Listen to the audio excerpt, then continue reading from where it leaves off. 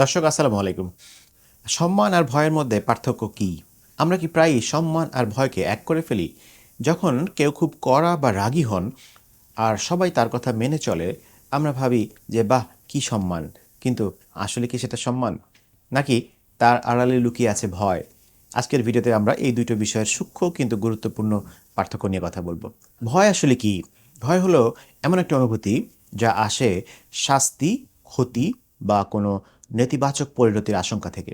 এটি একটি জোরালো আবেগ যা মানুষকে কোনো কিছু করতে আসলে বাধ্য করে, কিন্তু মন থেকে নয়, কেবল নিজেকে বাঁচানোর জন্য। যেমন ধরুন যে অফিসের একজন বস, তিনি অফিসে এলেই পিনপতন নীরবতা নেমে আসে। তিনি যা বলেন সবাই তা অক্ষরে অক্ষরে পালন করে। কেউ তার সামনে কোনো প্রশ্ন করে না, কোনো ভিন্ন মত দেয় না। কিন্তু কেন? কারণ সবাই জানে একটু এদিক ওদিক হলেই তিনি চিৎকার করবেন, সবার সামনে অপমান করবেন, হয়তোবা চাকরি নিয়ে টানাটানি হয়ে যেতে পারে। ভাবুন তো, এটা কি আসলে সম্মান? এটা সম্মান নাকি তার ক্ষমতার ভয় আসলে? বস অফিস থেকে বেরিয়ে গেলেই তো কানাঘুষা শুরু হয়ে যায়। কর্মীরা তার আড়ালে কথা বলে, তাকে নিয়ে হাসাহাসি করে। আপনার কি মনে হয় যে এই পরিস্থিতিটা আপনারও কি পরিচিত পরিচিত লাগছে কিনা?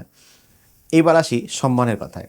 সম্মান আসলে এমন একটা অনুভূতি যা আসে অন্য কারো যোগ্যতা, গুণ, চরিত্র বা অর্জনের প্রতি মুগ্ধতা ও শ্রদ্ধা থেকে। এটা জোর করে আদায় করা যায় না আসলে। এটি আসলে অর্জন করতে হয়। আপনি যখন কাউকে সম্মান করেন, আপনি আসলে স্বেচ্ছায় তার কথা শুনেন। কারণ আপনি তার জ্ঞান বা সিদ্ধান্তকে মূল্য দেন। আরেকটা এক্সাম্পল দিই, ধরেন যে একজন শিক্ষকের কথা। তার ক্লাসে ছাত্রছাত্রীরা খুব মনোযোগ দিয়ে তার কথা শুনে। তিনি ক্লাসে না থাকলেও তার দেওয়া কাজগুলো ঠিকই করে রাখে। ছাত্রছাত্রীরা যে কোনো সমস্যায় তার কাছে ছুটে যায় পরামর্শের জন্য। কিন্তু কেন? কারণ তিনি তাদের কথা শোনেন, তাদেরকে বোঝেন এবং তাদের বিষয়ে তার গভীর জ্ঞান রয়েছে। তিনি কখনো তাদেরকে ছোট করেন না, বরং ভুল করলে শুধরে দেন। খেয়াল করে দেখেন, এই শিক্ষক কিন্তু ভয় দেখাচ্ছেন না। তিনি তার আচরণ এবং যোগ্যতা দিয়ে ছাত্রছাত্রীদের মনে জায়গা করে নিয়েছেন। আপনার জীবনে কি কখনো এমন শিক্ষক বা মেন্টর ছিলেন? তাহলে মূল পার্থক্যটা কোথায়? ভয় আপনাকে বাধ্য করে বাইরে থেকে, আর সম্মান আসে আপনার ভেতর থেকে স্বেচ্ছায়। ভয় তৈরি হয় ক্ষমতার জোরে, আর সম্মান তৈরি হয় চরিত্রের জোরে। ভয়ের কারণে আপনি একজন মানুষের সামনে একরকম আচরণ করেন আর আড়ালে আরেক রকম। কিন্তু সম্মানের ক্ষেত্রে আপনার আচরণ সবসময় এক থাকে, কারণ আপনি সত্যিই সেই মানুষটিকে শ্রদ্ধা করেন। চলুন আরও কিছু বাস্তব উদাহরণ দিই। যেমন আপনার বাবা মায়ের কথাই ধরুন। কিছু বাবা মা খুব কঠোর শাসন করেন। সন্তান ভয়ে হয়তো বা তাদের সামনে মিথ্যা বলে, অনেক কিছু লুকিয়ে রাখে, শুধু মার বা আবার বকা খাওয়ার ভয়ে। অন্যদিকে কিছু বাবা মা সন্তানের সাথে বন্ধুর মতো মেশেন, তাদের সময় দেন, তাদের মতামত শোনেন, মতামতের গুরুত্ব দেন। সন্তানরা তাদের ভালোবাসে এবং তাদের এমন কোনো কাজ করতে চায় না যাতে বাবা মা কষ্ট পান। প্রথমটা হলো ভয়ের সম্পর্ক, আর দ্বিতীয়টা হলো সম্মানের। আপনার সন্তানের সাথে আপনার সম্পর্কটা ঠিক কেমন আসলে? আপনি একটু ভেবে দেখেন। কর্মক্ষেত্রে আরেকটা দিক ভাবুন, যে একজন বস আছেন যিনি সবার কাজ মনিটর করেন, সারাক্ষণ চাপ দিয়ে রাখেন, ভুল ধরেন, কর্মীরা তার দিকে তাকালে দেখলে সতর্ক হয়ে যায়। আরেকজন লিডার আছেন, তিনি তার টিমকে মনে করেন যে বিশ্বাস করেন, তাদের সাহায্য করেন, তাদের বিকাশের সুযোগ করে দেন।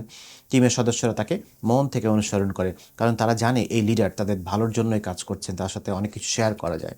আপনি কোন ধরনের ম্যানেজারের অধীনে কাজ করতে স্বাচ্ছন্দ্য বোধ করবেন? আপনি নিজেই চিন্তা করে দেখেন। সম্পর্কের ক্ষেত্রেও তাই। একজন সঙ্গী হয়তোবা তার পার্টনারকে সারাক্ষণ সন্দেহ করে, নিয়ন্ত্রণ করে, ধমক দিয়ে কথা বলে।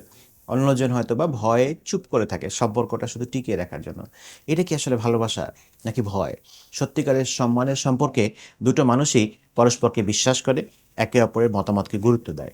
ভয় আসলে হয়তোবা সাময়িকভাবে আপনাকে দিয়ে কিছু কাজ করিয়ে নিতে পারে, কিন্তু এটা কখনোই দীর্ঘস্থায়ী কোনো ভালো ফল বয়ে আনে না। ভয় মানুষের সৃজনশীলতাকে নষ্ট করে দেয়, মনে রাখবেন, এবং সম্পর্ককে বিষাক্ত করে ফেলে। অন্যদিকে সম্মান দীর্ঘস্থায়ী সম্পর্ক তৈরি করে। সম্মান মানুষকে অনুপ্রাণিত করে এবং আরও ভালো কিছু করতে উৎসাহ দেয়।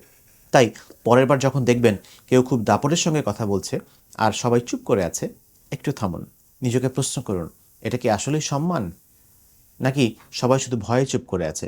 মনে রাখবেন যে ভয় দিয়ে শাসন করাটা খুব সহজ, কিন্তু সম্মান অর্জন করাটা খুব কঠিন এবং অনেক বেশি মূল্যবানও বটে। ভালো থাকবেন। শুভকামনা সবসময়। শারীরিক এবং মানসিক সুস্থতা কামনা করছি সবসময়।